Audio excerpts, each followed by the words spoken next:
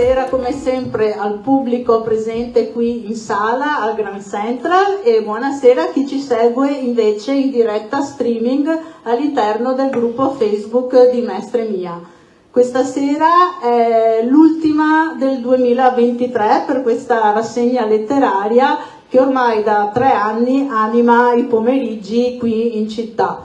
E per finire in bellezza abbiamo invitato lo psicologo e psicoterapeuta Alberto Bottaro. Ciao Alberto, benvenuto al Grand Central e grazie di portarci il tuo invito con il tuo libro A volerci bene, che diciamo è una cosa che anche prima di Natale va assolutamente consigliata, perché le feste, si sa, per qualcuno possono essere belle, per qualcun altro invece un po' meno, possono essere complicate. Quindi ne parleremo questa sera scoprendo tutti i contenuti del libro di Alberto, che appunto si intitola Scegli di volerti bene in relazione con te nel qui e adesso, e poi ci spiegherà meglio anche di cosa si tratta questa relazione. Tra l'altro è il compleanno di questo libro, perché se non sbaglio è esattamente uscito nel dicembre del 2022 e quindi festeggiamo un anno di vita del libro di Alberto, il suo primo libro, e siamo felici di festeggiare così questo compleanno qui a Grand Central. A presentare Alberto e anche la sua opera questa sera è con noi Maurizia Losada. Grazie Maurizia, bibliotecaria, quindi di mestiere, insomma, esperta, e raccontavo anche a Maurizia il piccolo particolare che dove siamo adesso a presentare il libro, in realtà il locale era proprio la biblioteca di Mestre e lei non lo sapeva, ha fatto molto piacere questa cosa e un pochino continuiamo la tradizione, ecco, di avere i libri proprio in questo luogo. Come sapete il pubblico può anche intervenire, fare domande, magari verso la fine della presentazione, e ci saranno anche le copie del libro disponibili per chi volesse acquistarle, approfittando del fatto di avere qui l'autore e avere anche il suo autografo, una sua dedica. Passo la parola a Maurizia ed auguro a tutti un buon ascolto, una buona serata. Grazie a tutti per essere qui, grazie a Sara, a Silvia, magnifica organizzatrice di questi eventi che si svolgono tutti i mercoledì, se non sbaglio, qui al Grand Central. Sono molto felice anche di sapere che questo era un luogo di cultura, era una biblioteca e che in qualche modo la tradizione viene portata avanti con il Grand Literary Festival di Mestre. E stasera appunto presenteremo il libro del dottor Alberto Bottaro. Il dottor Bottaro è laureato in psicologia clinica e di comunità e si è specializzato in psicologia della Gestalt.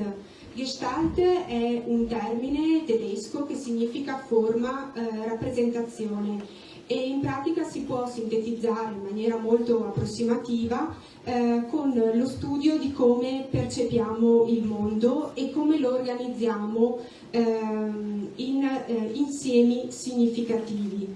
Ha conseguito poi altri studi e tante altre specializzazioni e lavora come psicoterapeuta a Marghera.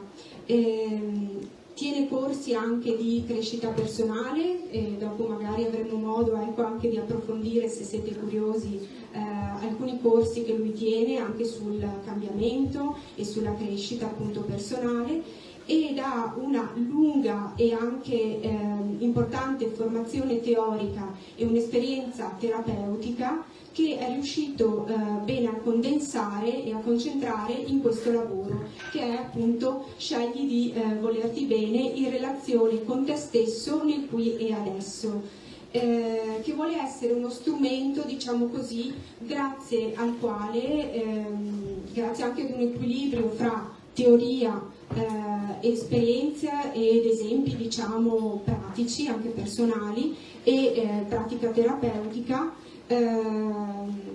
e anche esercizi pratici, magari dopo alla fine ci darà un assaggio di alcuni esempi anche pratici, che ci spinge nella direzione della scelta del volersi bene qui e adesso, cioè proprio nel presente. È una scelta che ovviamente va rinnovata ogni giorno con coraggio, e perché tante cose, come sappiamo, non dipendono da noi, cioè sono indipendenti dalla nostra volontà, non sono governabili dal nostro arbitrio, e quindi dipende sempre da noi anche reagire a ciò che ci accade e scegliere come farlo, come imparare a farlo con sempre maggiore consapevolezza. Ecco Alberto, quando hai pensato di condensare tanti anni di studi e di esperienze in questo libro, e quanto è stato importante per te scriverlo? Grazie Maurizia, grazie di essere qua. Maurizia me la porto in giro nelle presentazioni dei miei libri, perché nella prima presentazione che ho fatto l'anno scorso a dicembre, che è stato nel mio paese natale, Battaglia Terme, lei lavora lì, è la filosofa bibliotecaria di Battaglia Terme, ha letto il libro prima di intervistarmi, cosa che di solito non succede quando vado in giro per le librerie, e ha fatto una serie di domande impegnativissime che facevo fatica a star dietro alle sue domande, però è venuta una bellissima serata, per cui da quel momento tutte le volte che è possibile, insomma, è lei che interagisce con me sul libro, quindi grazie per esserci e grazie a Silvia che è riuscita finalmente a inserirmi. Io la corteggio da quando il libro è uscito per essere inserito nel festival, però il suo primo posto era un anno dopo, insomma, che è quello di questa serata, che va bene uguale, nel senso che per me il libro è ancora molto nuovo, insomma, come i bambini a un anno devono ancora iniziare a fare tutto, per cui per me il fatto che il libro abbia un anno non significa che è un libro vecchio, ma è un libro che assolutamente ancora voglia di far conoscere.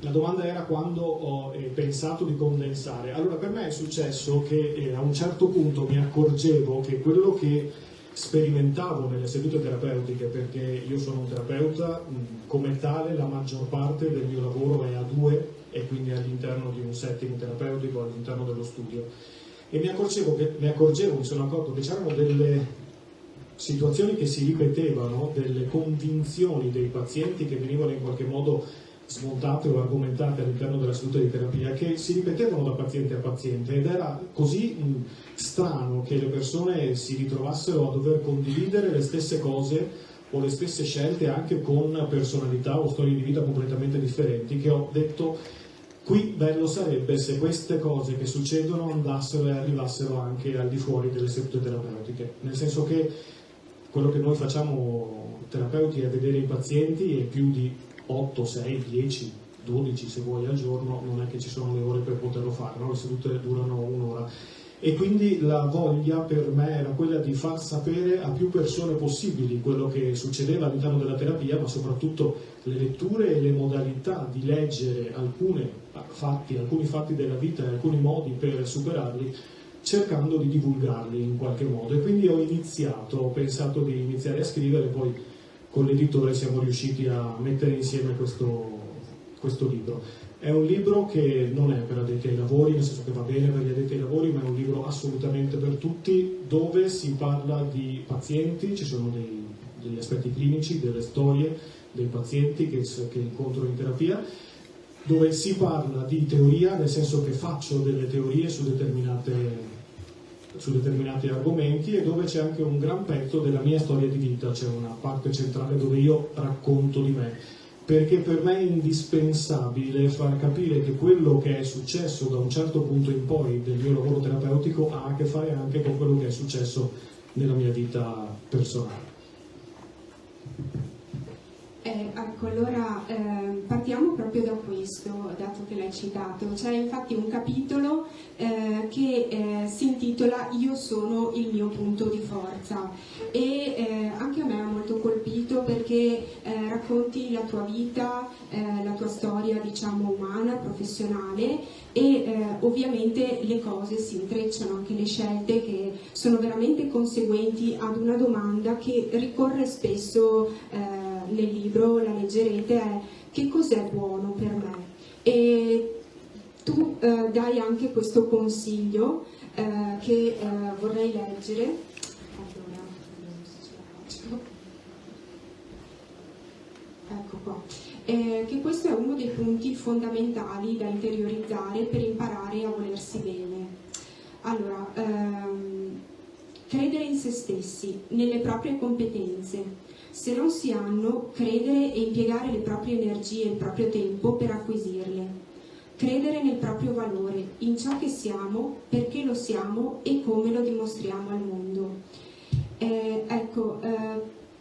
Ci sono scelte continue che dobbiamo fare e ognuna la dovremo direzionare quindi verso il nostro benessere. E se questo benessere confliggesse in qualche modo con quello degli altri, non rischieremmo, diciamo così, di diventare egoisti? Cioè, qual è il confine fra le due cose?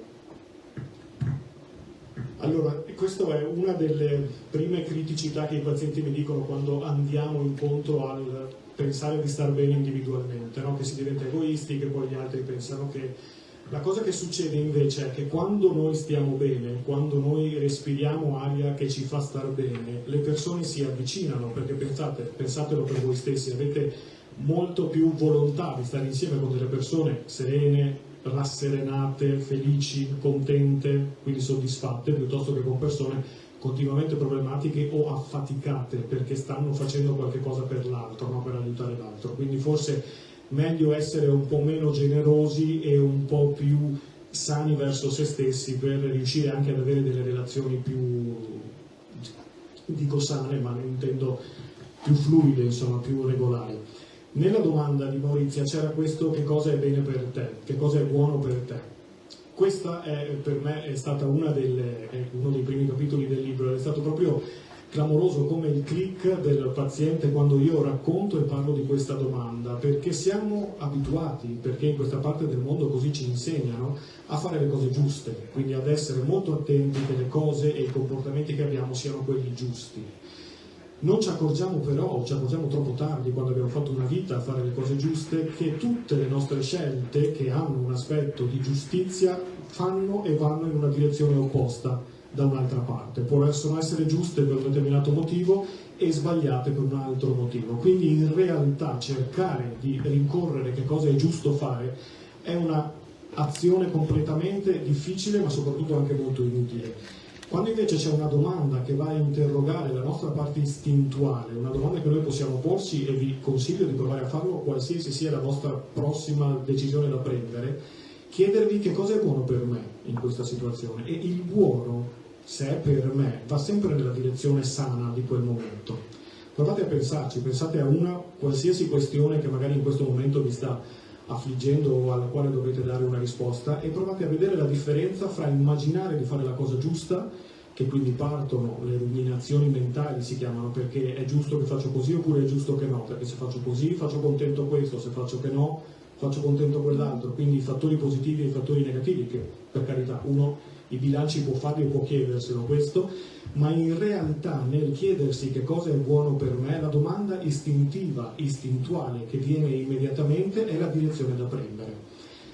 È un concetto, può sembrare forse difficile così o forse non così praticabile, ma in realtà se voi lo sperimentate su voi stessi con una domanda qualsiasi, vi accorgete subito che è la direzione giusta da prendere, perché in quell'essere buono per voi avete la possibilità di muovervi con facilità, avete la possibilità di muovervi perché sapete che andate nella direzione del vostro benessere.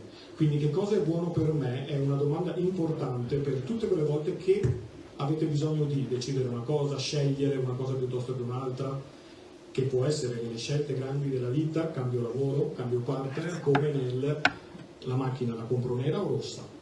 Vi faccio questo esempio per banalizzare, no? La macchina nera inizio a pensare, poi sì, è più vendibile, la rossa poi non riesco a venderla quando si rompe, eccetera, eccetera, quando devo venderla perché è vecchia. Poi la compro nera, la porto a casa e guardo tutte le rosse e dico sì, però rossa. Cioè, già era un'altra roba, no?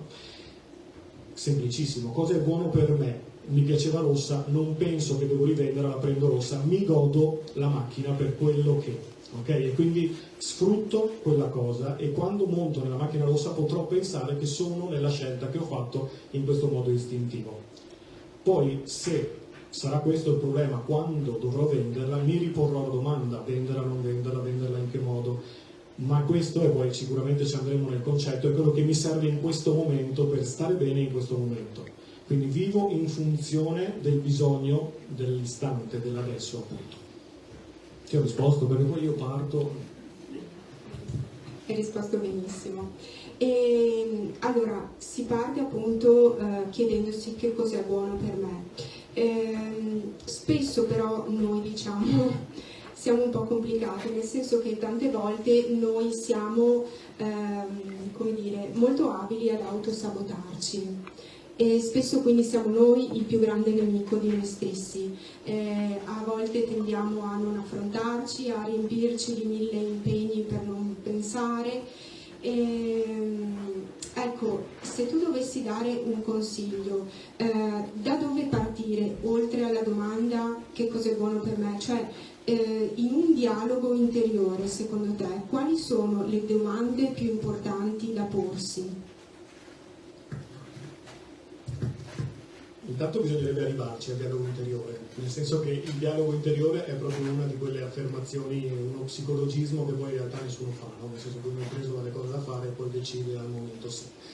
Ma se trasformassimo questo dialogo interiore nel chiederci di che cosa abbiamo bisogno, io credo che noi lo sappiamo completamente se ci ascoltiamo quali sono i nostri desideri, bisogni, esigenze, necessità, lo sappiamo molto chiaramente. E molto spesso ci dimentichiamo di dare retta a questi aspetti, sia per qualsiasi settore, che può essere sia lavorativo, relazionale, del fisico, lo sappiamo, li sentiamo, ma abbiamo sempre un'urgenza di qualche altro tipo, oppure ancora in modo più grave dobbiamo prenderci cura di qualcos'altro che necessita della nostra presenza. Quindi un po' proprio rimanere nell'entrare in contatto con se stessi per andare alla ricerca di quelli che sono i miei bisogni può essere molto utile per iniziare quel dialogo interiore che può servirmi per soddisfare i miei bisogni. Tutto l'aspetto del qui e adesso, del qui e ora, è proprio incentrato sul fatto di rimanere nel momento, no? E se io potessi e riuscissi ad arrivare al punto da sapere di che cosa ho bisogno in questo momento, sarebbe fatta, nel senso che non ho bisogno di pensare che cosa succederà domani o fra 6 mesi, perché se sto bene oggi e domani, perché domani sarà oggi, eccetera, eccetera, mi costruisco un percorso buono, facile, positivo, che poi può naturalmente dare la possibilità di costruire le cose che veramente desidero e voglio. Prima Silvia diceva che poi avremo uno spazio per le domande, sì, e sono interrompibili in ogni momento, cioè nel senso che poi a un certo punto, siccome io lo sentite, no? Un po' abbastanza di psicologi lo fanno, abbiamo degli esempi clamorosi in televisione, ma siamo innamorati della nostra voce, adesso quando partiamo sembra di dire delle cose così intelligenti. Poi se invece voi volete fare domande o chiedere, eccetera, sono qua, disponibile. Quindi in ogni momento sapete che potete intervenire.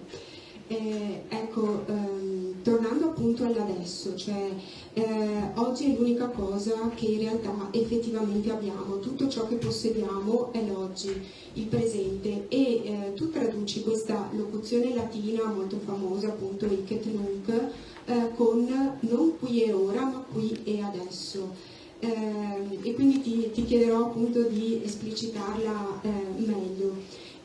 Anche perché spesso diciamo siamo tanto concentrati più sulla mancanza, diciamo così, che sulla presenza, quindi su ciò che ci manca e non vediamo magari quello che abbiamo nel presente. Ecco, come fare secondo te per imparare a stare e apprezzare il grande dono, il grande regalo, insomma, del qui e adesso? Allora, intanto dobbiamo riuscire a capire che cosa vuol dire, cioè riconoscerlo, nel senso che io ho trasformato il qui ora in qui adesso semplicemente perché volevo stressarlo il concetto, cioè volevo diventare pesante, nel senso che il qui adesso sembrerebbe il tempo presente, che vuol dire adesso che sono che sto lavorando in quell'ufficio. No, io per qui e adesso intendo, e ho voluto intendere trasformandolo di qui e ora, dico intendo e ho voluto intendere trasformandolo in qui e adesso, proprio l'istante presente, cioè le 7:15 di questo mercoledì sera, io davanti a persone che conosco, persone che non conosco, a parlare di qualche cosa che ho fatto, ok? Questo trasforma completamente quello che sta per avvenire e quello che sta avvenendo, perché potrebbe essere il qui e ora, la presentazione del mio libro, che diventa il qui adesso il mio incontro con un gruppo di persone, alcune conosco, alcune no, per esperienze diverse di vita, alle quali sto raccontando. Ok, quindi che cosa vuol dire? Come si fa a rimanere nel qui adesso? Non siamo abituati, non lo sappiamo fare, cioè il nostro intelletto ha imparato a non farlo, nel senso che i bambini lo fanno, i bambini pensano a divertirsi in questo momento e se non si stanno divertendo piangono disperati. I bambini sanno che hanno bisogno dell'amore della mamma, vanno in cerca, se la mamma sparisce piangono disperati e quindi sono completamente incentrati nel qui adesso. Poi ci insegnano invece a pensare a domani, a prepararci per, eccetera, eccetera. Quindi ci disabituiamo a questo, perdendo, sembra un po', e un po' lo dico nel libro, perdendo la vita che passa, no? Nel senso che costruiamo un sacco di cose che ci potrebbero servire domani, poi arriva domani e magari ci servono, ma tutta quella strada fatta per costruire non ce la siamo goduta.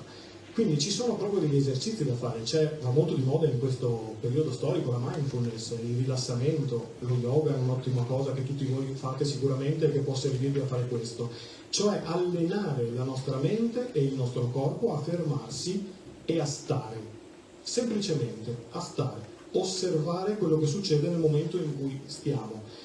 Questo calma completamente le nostre onde cerebrali, calma completamente tutto quello che sono le nostre preoccupazioni, perché se ci pensate bene, le vostre preoccupazioni, le mie preoccupazioni, le preoccupazioni di tutti hanno a che fare con i nostri pensieri, dei pensieri problematici per qualcosa che dobbiamo risolvere, quindi nessuno vi sta dicendo, io non lo dico, che non esistono le preoccupazioni e non c'è niente da preoccuparsi, le cose nella vita succedono, ok? E se io riesco, quando ho bisogno di prendere aria, di respirare o di stare nel momento, a staccarmi, diventare osservatore di quello che sta succedendo, riesco ad essere presente nel momento e da lì posso costruire un sacco di cose per quel momento. È come un po' se, più facile leggendolo nel libro che sentirlo raccontare, è come un po' se scoperto come fare, mi accorgo che tutto passa, che tutto è relativo, perché io sono stato, sono oggi e sarò domani, ma io sono sempre. Se abbiamo tempo poi, prima che il ristorante inizi a funzionare, questa sera faremo un'esperienza di questo tipo, dura 10 minuti, una visualizzazione si chiama, dove vi faccio sperimentare questa cosa e quindi la possiamo provare qua insieme. Ma ne trovate dappertutto, nel senso che su internet, su YouTube trovate delle meditazioni, degli esercizi di mindfulness molto utili per questo. Quindi è proprio il concetto di rimanere sul presente, di stare in questo momento. Sì, in effetti la mindfulness sta avendo grandissimo successo, insomma ormai credo da un decennio circa, dai libri anche di Jon Kabat-Zinn, Dovunque tu vada tu ci sei già, oppure Il potere di adesso di Eckhart Tolle. Sì, è una pratica in effetti che è un'esperienza, è un modo di relazionarsi anche con i propri pensieri, riconoscerli come pensieri e quindi diciamo così staccati dalla consapevolezza che arriva dopo. E infatti tu scrivi una frase molto importante che è: sotto la superficie turbolenta della mente c'è già la pace. Ecco, come dobbiamo lavorare per costruire un solido equilibrio fra mente e cuore? Come si fa a costruirlo? Allora, anche qui domande da $1 milione. Se io avessi le risposte a queste domande, naturalmente questo sarebbe il mio 10° libro, visto che ho 50 anni ed è il primo. Ma vabbè, come si fa? Allora, prima bisogna capire quali sono queste mente e cuore, no? Maurizio chiama mente e cuore. Quindi noi in realtà abbiamo idea di che cos'è la mente, di che cosa facciamo con la nostra mente e che cosa sono invece le emozioni, il cuore. Tante volte no, cioè nel senso che siamo noi, delle volte siamo tristi, ma allora pensiamo di essere tristi? Siamo tristi? Oppure è solo una cosa che sta succedendo in quel momento per qualcosa? Quindi su questo la terapia è indispensabile, nel senso che proprio quando questi aspetti, la mente, il cuore, la chiamiamo l'intelletto, l'anima, il cuore, l'essenza, le emozioni e poi il corpo, perché anche il corpo ha il suo bisogno di parlare e di farsi sentire. Quando queste tre entità non funzionano, non dialogano fra di loro, qualcosa succede, quindi non si capisce, le cose vanno male, si ripetono sempre le stesse dinamiche relazionali, per cui va sempre a finire in quel modo. Ed ecco che la terapia su questo è molto importante, nel senso che su questo riesco a mettermi in discussione e a capire che cosa mi sta succedendo, perché mi sta succedendo, e quindi a mollare alcune modalità che magari non sono completamente nostre, che magari abbiamo appreso. Io dico spesso ai miei pazienti: siamo quello che cresciamo, no? Ma ha iniziato Freud a dire che è tutta colpa della mamma, quindi non sarà tutta colpa della mamma perché il papà c'entra, ma in ogni caso siamo costruiti da aspetti che abbiamo e che ci vengono tramandati dalle nostre famiglie, e quindi da adulti però abbiamo la piena responsabilità di scegliere che cosa voglio tenermi di quello e che cosa non voglio più. Quindi non è accettabile pensare che, siccome i miei genitori hanno fatto, o nei miei primi anni di infanzia sono stato così, allora da grande divento. No, perché da grande hai la possibilità di scegliere che cosa vuoi fare. E quindi la consapevolezza, primo passo, capire perché succedono determinate cose nella mia vita, mi portano a immaginare dei nuovi comportamenti e quindi sceglierli, e quindi imparare come fare per lasciare andare tutti quegli aspetti che in qualche modo ci stanno frenando, ci stanno rendendo in questo momento problematico. Per rispondere alla domanda come far dialogare, prima di farli dialogare bisogna conoscerli, poi dialogano da soli, nel senso che andranno e si allineeranno nel benessere tutti e tre gli aspetti. Quindi mente e cuore, come diceva Maurizia, io aggiungo il corpo. Aggiungo il corpo perché il corpo è il contenitore di tutta questa roba e noi non possiamo dimenticarcelo. Non vi sto dicendo di fare ginnastica, non è questo, e non vi devo vendere Herbalife dopo, ma semplicemente di sapere che cos'è e ascoltarlo. Cioè, abbiamo la capacità di sentire quali sono i bisogni del nostro corpo, perché poi la nostra mente o il nostro cuore, quando fanno cortocircuito, finiscono lì, nel senso che è dal corpo che capiamo che qualche cosa non va, no? Cioè, l'esempio più classico è l'ansia, gli attacchi di panico, mi viene la tachicardia, cioè è il cuore che batte forte, non è che mi immagino che il cuore batte forte, no? Quindi non possiamo fare finta che quella invece è una parte che, siccome sono sana e va tutto bene, allora a posto, ok? Trascuro o non vado a guardare. Giustissimo, nel senso che in effetti anche il corpo ha grandissima importanza. Io ho visto che sei un esperto anche di bioenergetica e training autogeno. Ci vuoi parlare un po' di queste due pratiche? Sì, io l'esperto di bioenergetica no, nel senso che parlo di bioenergetica, le racconto, però io non sono un esperto di bioenergetica. Il training autogeno, qualcuno di voi lo conosce, è una pratica che viene fatta per proprio prendere consapevolezza del corpo, e quindi con una sorta di profondo rilassamento il paziente arriva ad entrare in contatto con le proprie parti, con le parti del proprio corpo, e con un ciclo di incontri tra l'altro impara come fare per poi autosomministrarselo il training autogeno, e quindi farlo a casa e avere la possibilità di calmarsi, di cercare degli spazi felici dove stare quando tutto il resto fuori è in tempesta, quindi questa possibilità proprio di avere un attimo di autorespiro da soli, insomma, tranquillamente e da soli. Vengono usate queste tecniche e c'è bisogno di usarle per esempio quando i pensieri sono troppo impegnativi, nel senso che ci sono persone che pensano troppo, sempre, comunque, e non capiscono più che cosa stanno pensando. E quindi proprio c'è l'urgenza di far sperimentare al corpo e quindi alla mente di conseguenza che può fare stop e non succede niente. Quindi dando questa istruzione al cervello, il cervello capisce che è possibile intanto, già questo è buono. E poi il cervello non distingue tra ciò che è reale e ciò che è immaginato. Questa esperienza noi ce l'abbiamo sempre con i sogni. Nel senso che succede che ci svegliamo che stiamo cadendo dal burrone con la sensazione che stiamo cadendo e ci svegliamo, no? Quello è un sogno, per cui non sta succedendo che sto per cadere, ma il nostro cervello non distingue questo. Questo lo dico perché è importantissimo dare e allenare il cervello alle esperienze buone di calma che possono far bene, perché non distinguendolo lui inizia proprio a lavorare in quella direzione. È una tecnica, le visualizzazioni, che poi faremo, ripeto, che usano per esempio molto gli sportivi, i piloti di Formula 1, quando vanno nel circuito, guidano la macchina e poi quando si allenano a volte immaginano di rifare quel circuito completamente per come lo hanno già fatto, no? E il cervello crea delle tracce sul circuito che poi devono fare. Questo, vado un po' oltre, vi dico questa cosa perché è sempre molto, molto piacevole. Quello che noi diciamo al nostro cervello è quello che il nostro cervello impara. Quindi se io dico sempre, mamma mia ma sono stupido, madonna guarda come mi comporto, faccio sempre gli stessi errori, non imparerò mai, ok? Sono istruzioni negative che noi ci autosomministriamo e che il nostro cervello imparerà. E diventeranno quasi la quotidianità, no? Per cui mi sentirò sempre quello stupido che non riesce a o che non è capace di. Per cui anche su questo, con le parole, con i pensieri che facciamo su di noi, esercitiamoci ad andare nella parte positiva, no?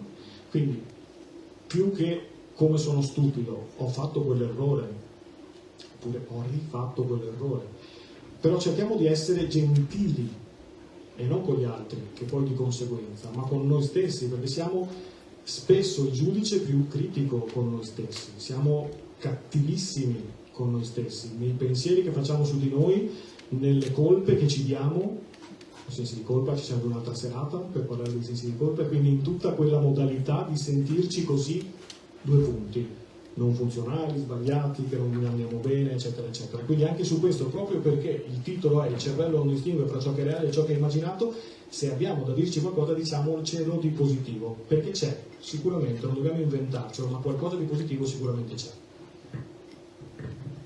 Vuoi che facciamo adesso allora la visualizzazione?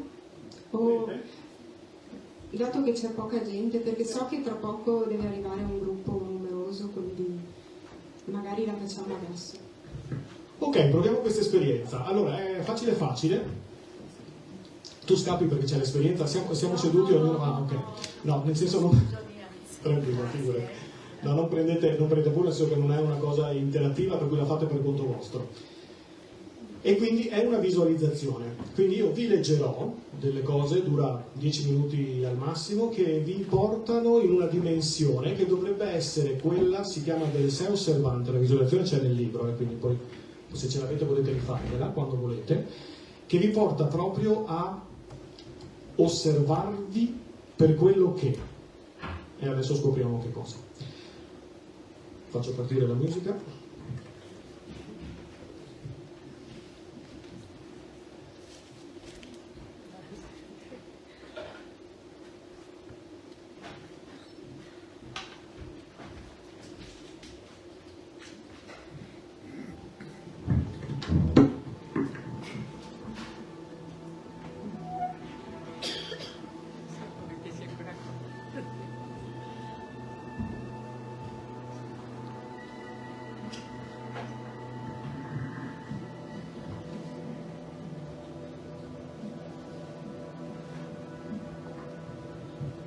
Ok, trovate una posizione comoda, non incrociate le gambe e le braccia se possibile.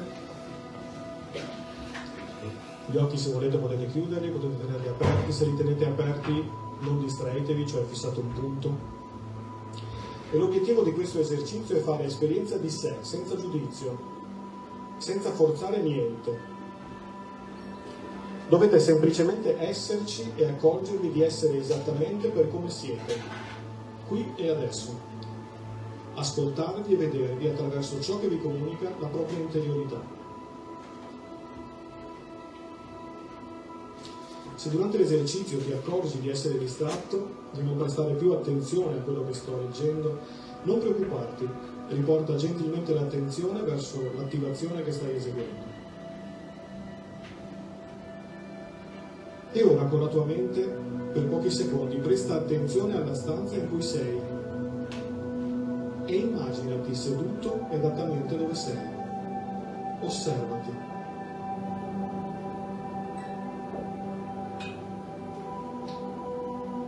Osserva i punti di contatto con la sedia e vedi attraverso la tua immaginazione la forma particolare che assume il corpo in tali punti a causa della pressione e del contatto.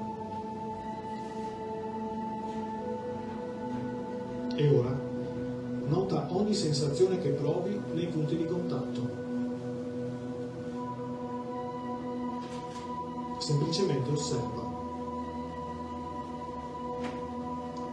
E se emergono emozioni, assapora le emozioni. Vivile.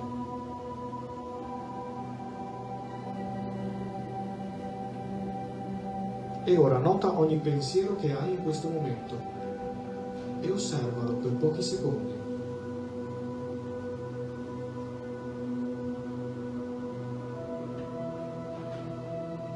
E nel notare i pensieri vorrei che tu notassi che stai notando i tuoi pensieri. Proprio così. C'è una parte di te che ti guarda.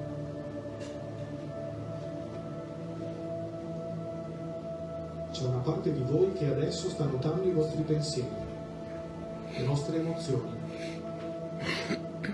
le vostre sensazioni.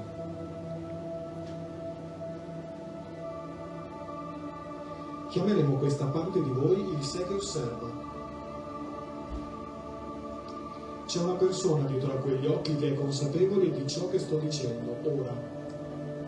Ed è la stessa persona che siete stati sempre durante tutta la vostra vita. In un altro senso più profondo è la persona a cui vi riferite quando pensate a voi stessi.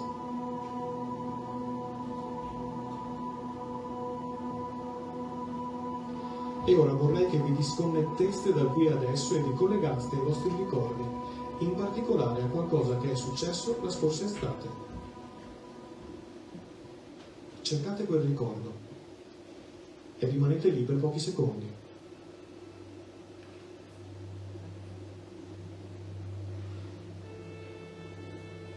Ora, siete esattamente nel momento e nel posto che state ricordando. Cosa vedete? Riuscite a sentire le emozioni che provavate? E i pensieri? Contemporaneamente provate a notare voi stessi che notate i pensieri e le emozioni passate. Soffermatevi qui per pochi secondi. E ancora provate a connettervi più nel profondo per riuscire a cogliere la persona dietro i vostri occhi che notava ciò che vedevate, pensavate e provavate. C'eravate allora come ci siete adesso. Vi chiedo solo di notare l'esperienza di questa consapevolezza e vi chiedo se in un certo senso la persona che vedeva e pensava la scorsa estate è qui anche adesso.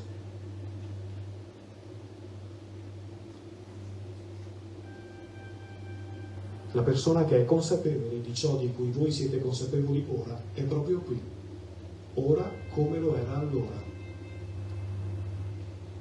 C'è una continuità essenziale tra la persona che eravate allora e la persona che siete oggi. Tra la persona che eravate quando eravate adolescenti e la persona che siete adesso. Voi siete sempre stati voi per tutta la vostra vita.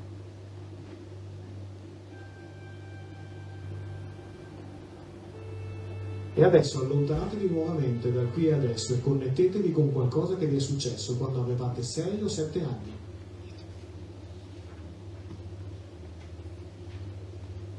Guardatevi attorno e provate a ricordare tutto ciò che è successo allora. Provate a ricordare ciò che vedevate, i suoni, le sensazioni che provavate per 10 secondi.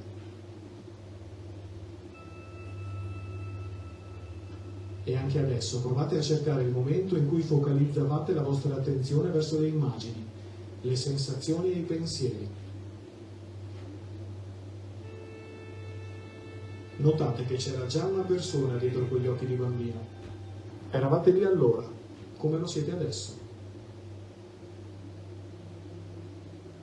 La persona che era consapevole di ciò che voi eravate consapevoli è ancora qui, in questo momento.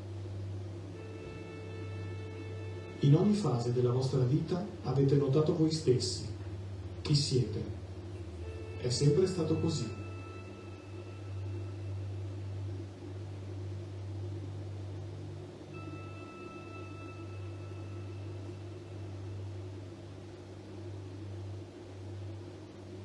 Adesso, analizzate brevemente alcune aree della vostra vita e della vostra identità. Iniziamo col corpo. Il corpo cambia costantemente. Alcune volte si ammala, altre volte è pieno di energia. Può essere stanco o riposato, può essere forte o indebolito. C'è stato un tempo in cui eravamo bambini, necessitavamo di cure quotidiane. Poi il corpo è cresciuto ed è diventato autonomo. Il corpo può avere avuto degli acciacchi, aver subito degli incidenti, essersi evoluto nel corso degli anni, così come le cellule che ne fanno parte. Tutto cambia nel nostro corpo, eccetto quella parte di noi che chiamiamo sostanza, quella parte di noi che identifichiamo come noi stessi, la nostra essenza, quella che è sempre stata la stessa per tutta la vita.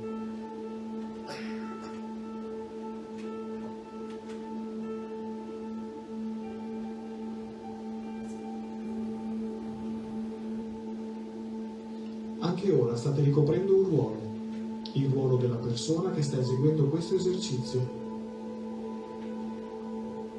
Dietro tutti questi ruoli, al di là di tutti questi ruoli, c'è un ruolo che non cambia mai e che è lì da sempre. È il sé che osserva. La parte che si chiama sé stesso e che sta sempre osservando. È sempre consapevole di ciò di cui siamo consapevoli. Non cambia mai. Non si adatta ai diversi ruoli che ricopriamo, assume sempre la stessa forma.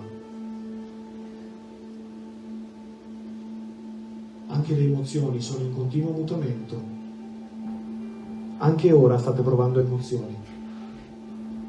Può essere che vi sentiate annoiati, rilassati, interessati o affamati. Pensate alle cose che vi sono piaciute e che ora non vi piacciono più. Molte emozioni vanno e vengono, non sono permanenti, e anche se ciò accade voi siete sempre voi stessi. Il sé che osserva prende nota della più piccola emozione fino alla più grande tempesta emotiva, senza cambiare minimamente.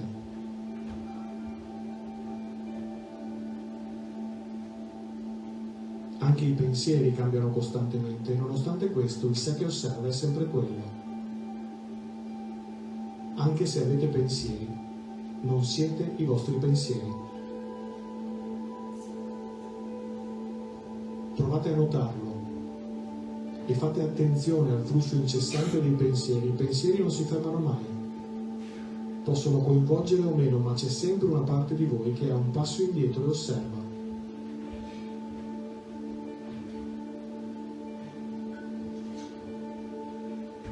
Appena realizzate ciò, provate a notare come le cose con le quali avete lottato e che avete provato a cambiare non fanno più parte di voi, non vi identificano più. Nell'evolversi del mondo e della vita voi rimanete sempre gli stessi, presenti e in osservazione. E ora, la fine dell'esercizio è immaginare ancora se stessi in questa stanza.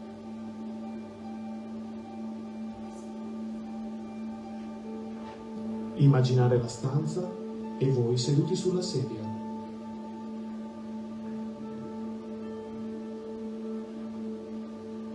E infine, quando vi sentite pronti, potete aprire gli occhi.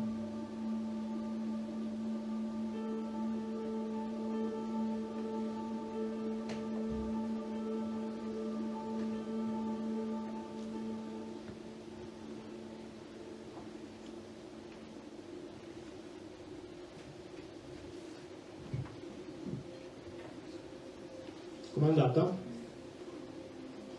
Adesso non riusciamo più a fare niente perché vi ho addormentato, no? Ok, una piccola esperienza di quello che può succedere quando mi stacco e osservo, ma non ve lo spiego perché l'avete vissuto, per cui. In effetti adesso è un po' più dura continuare, però ci si sente sicuramente anche molto più leggeri perché ci siamo collegati nel profondo nel nostro sé e in effetti tante altre cose ci sembrano più di passaggio, ecco. E ci si sente non solo più aperti ma secondo me anche più grati e tu inserisci questa pratica anche della gratitudine nel tuo libro come importantissima, come pratica proprio quotidiana, e vorrei che ci parlassi proprio del potere della gratitudine, del sentirsi grati. Sì, la inserisco perché non è mia, non l'ho inventata io, ed è proprio questo focalizzare l'attenzione sulle cose che stanno funzionando. Gratitudine nel senso che si dice osserva le cose per cui sei grato, ok? In realtà vuol dire poni l'attenzione sulle cose che vanno bene, che funzionano. Siamo portati purtroppo a concentrarci molto sulle cose che non funzionano e adoperiamo molte delle nostre energie per cercare di risolverle, e in questo modo, lecito, nel senso che bisogna risolverle, non sto dicendo che no, dimentichiamo di guardare tutto il resto. C'è una possibilità che abbiamo di risolvere i nostri problemi generico, quindi di affrontarli, che è quello di avere le energie per farlo. E le nostre energie non sono inesauribili, per cui abbiamo assoluto bisogno di riuscire a riempire di energie buone per poi riuscire a usare le energie buone per risolvere le cose che non vanno. La gratitudine, come la racconto, ed è anche un esercizio che do spesso da fare ai miei pazienti, il diario della gratitudine, che vuol dire scrivere tutte le sere, quando andate a casa, provate a farlo se avete voglia, 2 cose per le quali sono grato nella giornata di oggi. E c'è una sola istruzione che do per fare questa cosa, e che è che non è possibile che non ci siano. Nel senso che può esserci un'orrenda giornata terribile, che non è andato bene niente, ma certamente ci sono 2 cose che in qualche modo ho notato o posso notare come cose positive, perché poi grato sembra che ci sia da cercare chissà quale cosa clamorosa che è successa, ma invece si può cercare anche, che ne so, il raggio di sole, la macchina che non aveva il ghiaccio stamattina prima di uscire, eccetera eccetera. Quindi cose anche molto semplici. Questo serve, e vi serve molto se non lo fate, magari voi lo fate tranquillamente e notate molto le cose positive, per allenarvi ad osservare anche quelle, perché all'inizio è molto difficile, se non l'ho mai fatto ci devo pensare, poi mi succederà di cercarle durante il giorno perché la sera devo scriverle, no? E quindi la mia attenzione sarà attivata sulle cose che mi piacciono, che ho attorno. E quindi questo è molto utile proprio per lo stesso discorso che dicevo prima, per dare delle istruzioni al nostro cervello, per dare da mangiare delle cose buone, delle cose positive per noi. Bene, allora tutti stasera faranno questo esercizio che è molto importante, e in realtà è una pratica che hanno fatto le persone anche nelle situazioni più difficili. Mi viene in mente appunto Etty Hillesum nel suo diario, che appunto è stata deportata e riusciva appunto ad essere grata anche per un filo d'erba e un fiore appunto che riusciva a vedere, o anche solo il cielo dal campo di prigionia in cui era rinchiusa. E collegandomi a questo, c'è un libro che mi ha molto colpita, uno dei libri che forse mi ha più colpita nella mia carriera di lettrice, che è Uno psicologo nei lager di Viktor Frankl. Non so se qualcuno di voi l'ha letto, ecco, qualcuno infatti l'ha letto.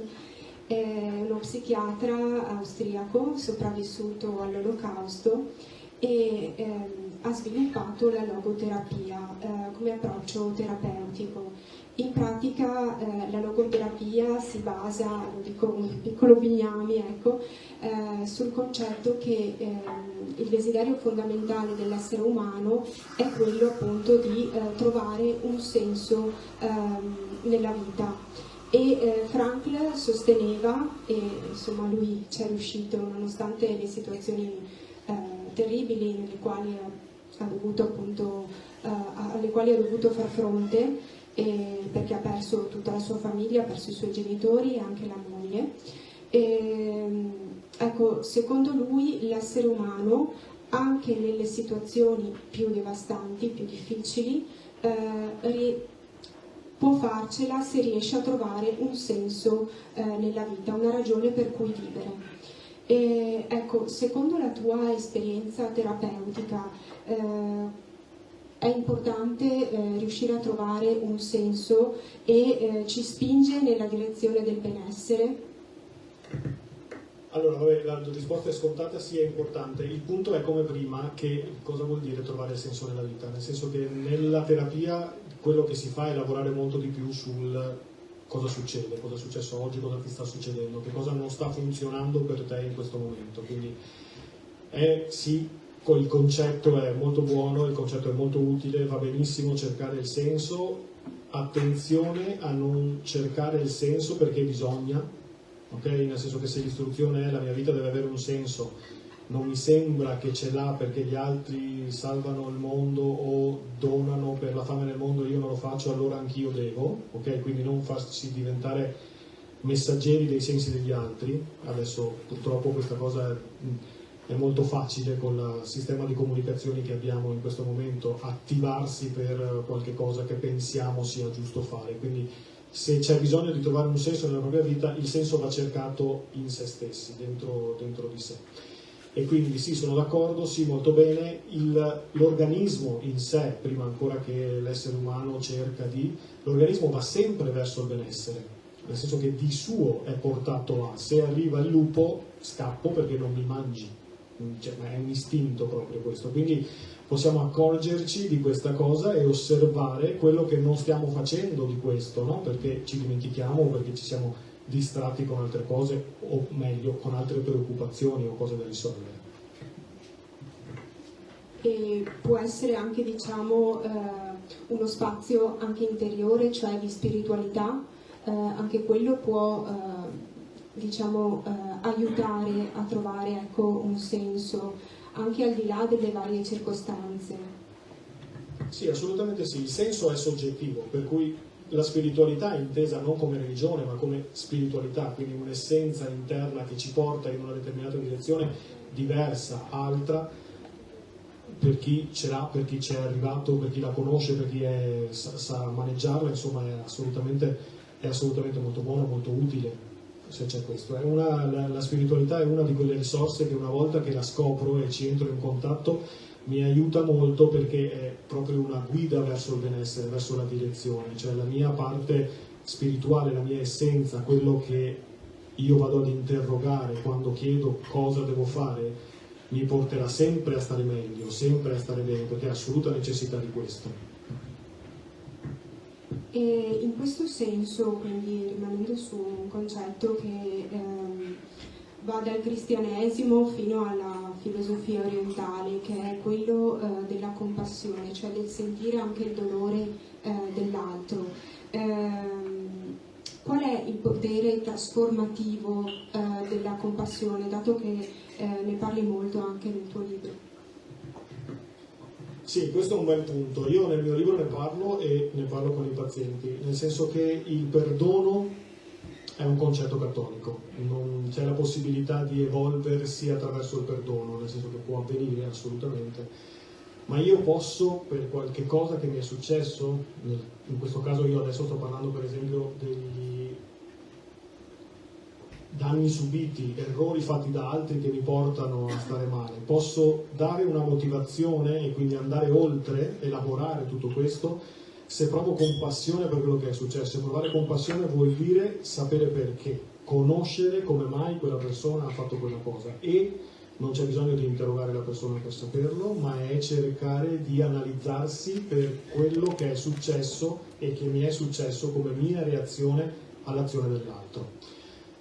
Facilmente, il mio libro non è così difficile come lo presenta Maurizio, nel senso che le domande di Maurizio sono difficoltose anche per me. Io ho una cultura classica, io sono ragioniere, cioè, nel senso che come diploma sono ragioniere, e poi nella mia storia la trovate anche questo, per cui questa aura di citazioni eccetera non ha a che fare con il mio libro. A me piace moltissimo perché lei innalza la qualità delle mie presentazioni, però non è il mio libro, è molto più facile il mio libro. Stavo solo dicendo che no, è verosimile. Stavo solo dicendo che noi abbiamo il potere di decidere come stare alle azioni degli altri. Questo, signori, una volta che lo scoprite e imparate come fare, è una bellissima cosa, una straordinaria soluzione. Cioè, gli altri non smetteranno di fare delle cattiverie. La gente cattiva, le azioni cattive che mi succedono, che avvengono verso di me, continueranno ad esistere, ma decido io come stare in quella situazione.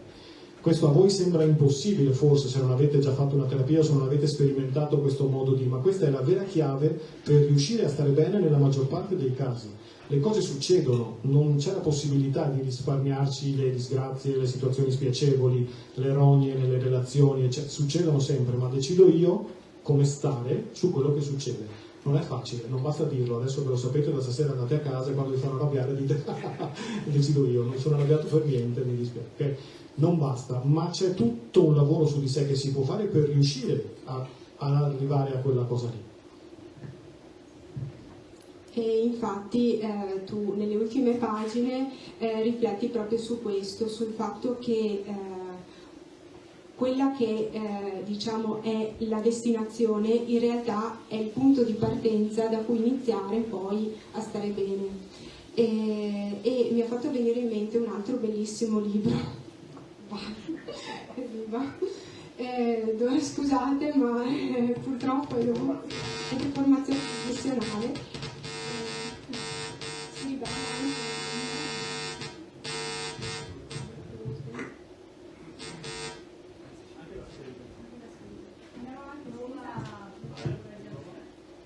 proviamo. Ok. Era un titolo bellissimo comunque, volevo dire anche al microfono. Che è la mia fine è il mio inizio, di Tiziano Terzani, un giornalista di raro spessore in effetti, e lui appunto ha scritto questo libro alla soglia della morte, lo dedica a suo figlio e gli dice appunto di imparare ad apprezzare e a godere il presente e la vita, e di rimanere connesso proprio al qui e adesso, come lo traduci tu, insomma, col senso pregnante di cui parlavi prima. Ecco, qual è l'ultimo consiglio prima di lasciarci che vorresti dare ai lettori, e se stai già scrivendo qualcos'altro? Allora no, non sto scrivendo qualcos'altro perché secondo me questo libro qua deve ancora dire un sacco di roba, per cui, ripeto, ho passato un anno, abbiamo fatto le presentazioni, ha venduto, uscirà da gennaio la versione in inglese, una figata che non avevo mai pensato, però è andata così, per cui mercato anglofono molto bene, non conosco l'inglese, per cui spero che nessuno mi chiami per un'intervista, oppure dovrò impararlo in qualcosa di molto veloce. Per cui no, non sto scrivendo un altro libro perché significa, io non sono uno scrittore, sono un terapeuta e mi interessa fare il terapeuta, per cui non.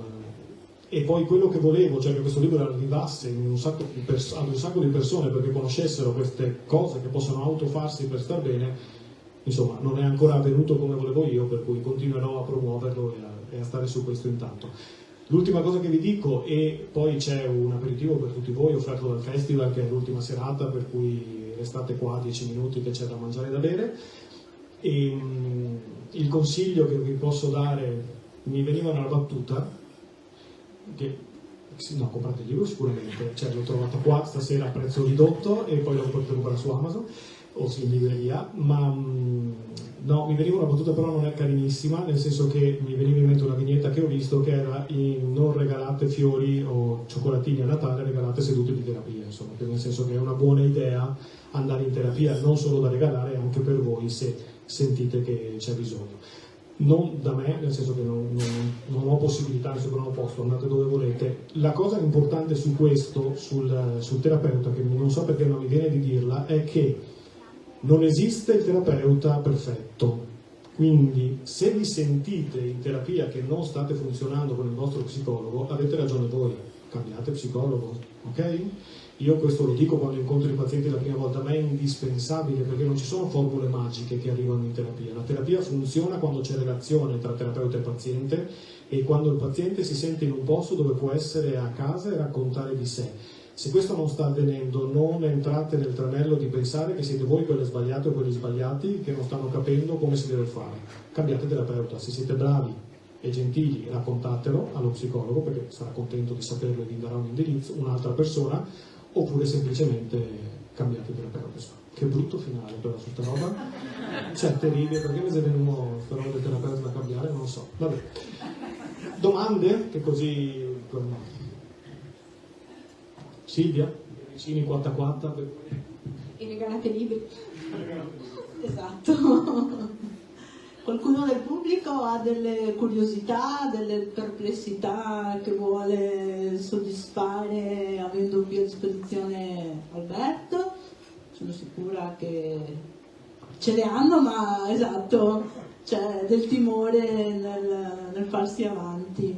Allora approfitto per chiederti io una cosa, dato che ho avuto il privilegio di leggere il tuo libro prima di oggi, anche se come dicevi prima mi ha fatto un po' ridere che in certe presentazioni chi organizza o chi presenta non legge effettivamente il libro, e forse io non sono ancora così avanti da riuscirci, per cui devo sapere di cosa sto parlando.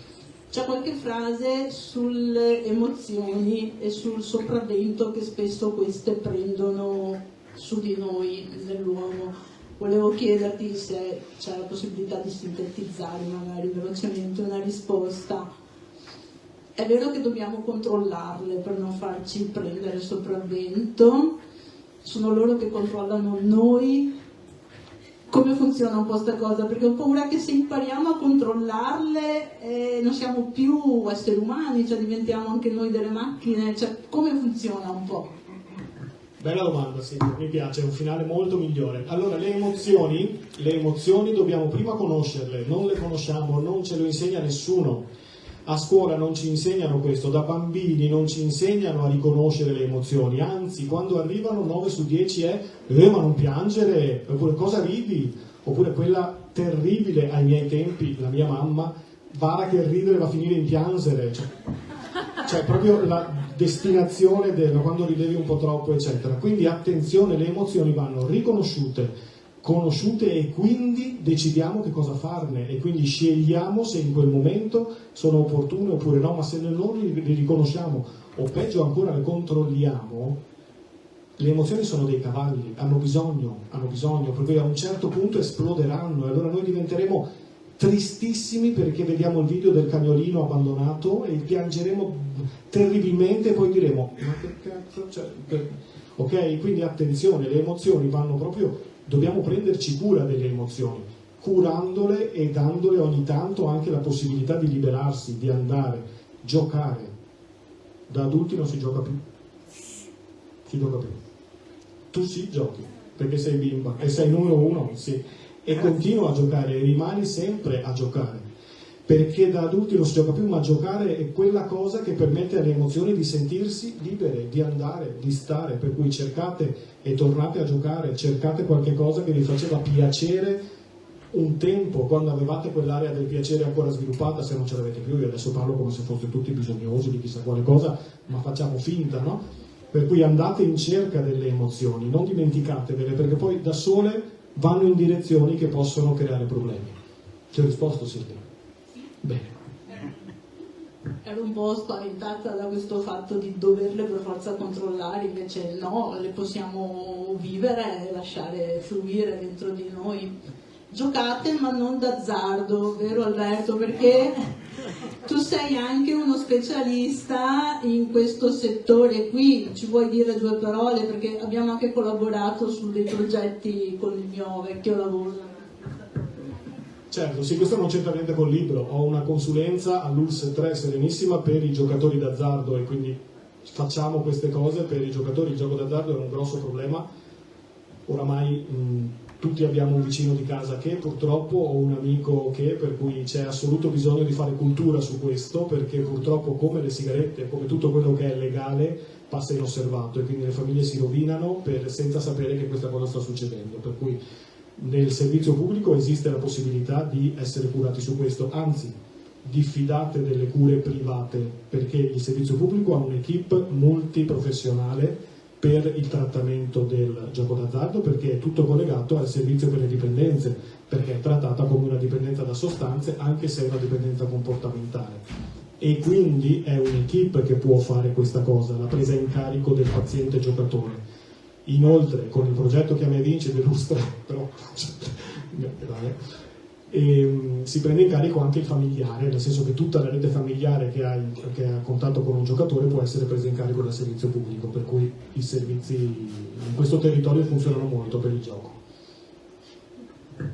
è giusto parlarne, perché credo che molte persone non sappiano che esistono anche questo tipo di servizi o di possibilità, quindi secondo me abbiamo fatto bene anche a dirlo.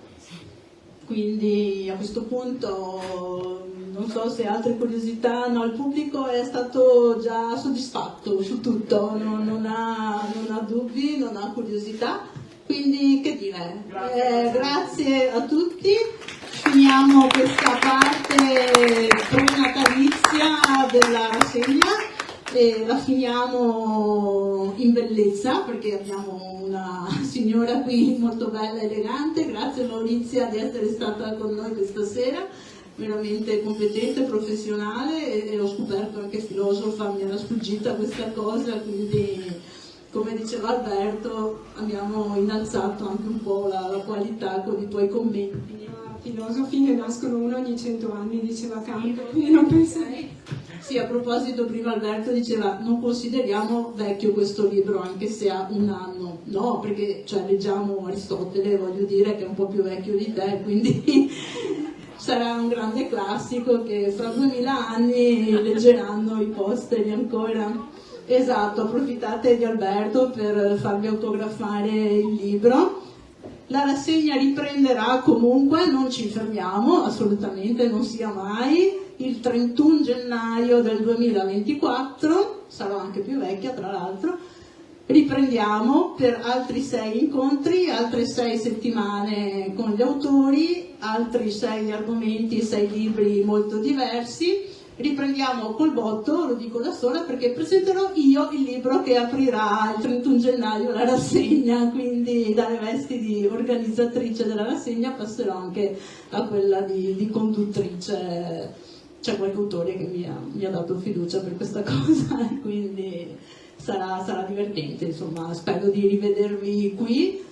Dopo mi auguro che passiate tutti delle buone vacanze di Natale e nel 2024 Grand Central sarà sempre promotore di questa rassegna e ci ospiterà per il proseguio degli incontri. Come facciamo per l'aperitivo? Mi preparo un tavolo, mi dite quanti siete? Questa sera approfittiamo. Bene, grazie Giulia, grazie Giovanni, non so dove sei ma ti ringraziamo tutti per il mecenatismo che assicura la frequenza, la continua organizzazione della rassegna letteraria, e Grand Central propone anche molti altri eventi musicali, artistici di vario genere, per cui è un locale assolutamente da frequentare. Buon proseguimento, buone feste, buon anno, ci rivediamo nel 2024. Un saluto a chi ci sta seguendo da casa, grazie Andrea, grazie Mestre Mia, grazie a tutti, arrivederci alla prossima volta.